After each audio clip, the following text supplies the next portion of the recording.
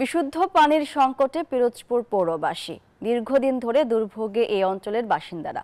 বিস্তারিত জানাতে পিরোজপুর থেকে যুক্ত হচ্ছেন সহকর্মী গোলাম মোস্তফা। মোস্তফা, পৌরবাসী পানির চাহিদা কিভাবে পূরণ করছেন আর কর্তৃপক্ষ কি বলছে জানাবেন।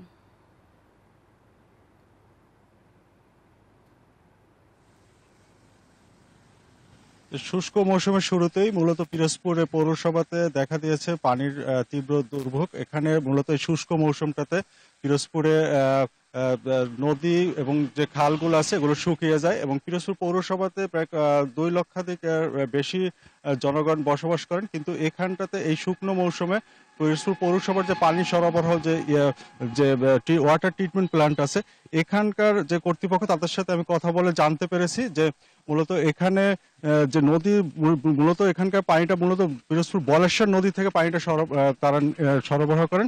তো ওই নদীতে ভরাটের কারণে এবং নদী শুকিয়ে যাওয়ার কারণে এখানে তারা ঠিক প্রয়োজন মতো পানিটা তারা উত্তোলন করতে পারে না। তো তাদের সাথে আসলে জানতে পেরেছি যে এখানে যে পিরোজপুর যে পৌরবাসীদের জন্য প্রতিদিন প্রায় 10 লক্ষ লিটার পানির প্রয়োজন, তার বিপরীতে তারা মূলত এখানে 2.5 থেকে 3 লক্ষ লিটার পানি তারা এখানে প্রতিদিন উৎপাদন করতে পারেন। তো দেখা যায় যে বড় একটা সংখ্যা এখানে প্রতিদিন পানির সংকট থেকে যাচ্ছে, যে কারণে এলাকাবাসী বা এখানকার যে পৌরবাসী অনেকে বলছেন যে পানির তীব্র সংকটের কারণে এখানে অনেক ভাড়াটিয়ারা এলাকা ছেড়ে চলে যাচ্ছেন, ঠিক যে এলাকাতে পানি পাওয়া যায় বা যেখানে পানির সমস্যাটা থাকে না এরকম তারা করছেন। তো আমি এই বিষয়ে পৌর কর্তৃপক্ষের সাথে আরো বিস্তারিত কথা বলছিলাম।